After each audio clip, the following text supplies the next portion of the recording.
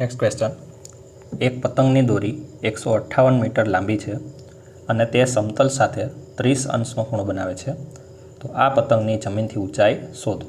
બરાબર. હવે આપણને અહીંયા શું કીધેલું છે, તો એક પતંગની દોરીની લંબાઈ આપેલી છે.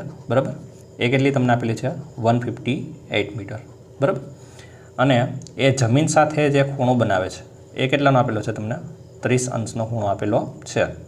તો આ પતંગની જમીનથી ઊંચાઈ શોધો, એટલે કે આપણે આની વર્ટિકલ હાઇટ આપણે h ગોતવાનું છે. બરાબર. હવે આપણે અહીંયા જોવા જઈએ તો આ છે આપણે સામેની બાજુ અને આપણા માટે શું થશે? કર્ણ. બરાબર. તો આના ઉપરથી આપણે એક સૂત્ર યાદ આવે. બરાબર, કે sin 30 બરાબર સામેની બાજુ છેદમાં કર્ણ.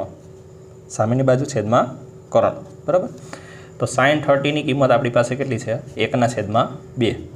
હાઇટ આપણે શોધવાની છે ને કર્ણ તમને કેટલો આપેલો છે? 158 મીટર આપેલો છે.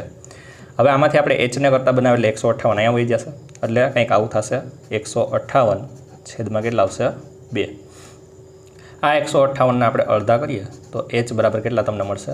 79 મીટર મળશે. કેટલા મળશે? 79 મીટર મળશે. ઇટ મીન્સ કે આ જે હાઇટ છે પતંગની, અહીંયા જે પતંગ છે બરાબર, એની જે આપણી હાઇટ છે એ કેટલી મળશે આપણને? 79 મીટર મળશે. ક્લિયર?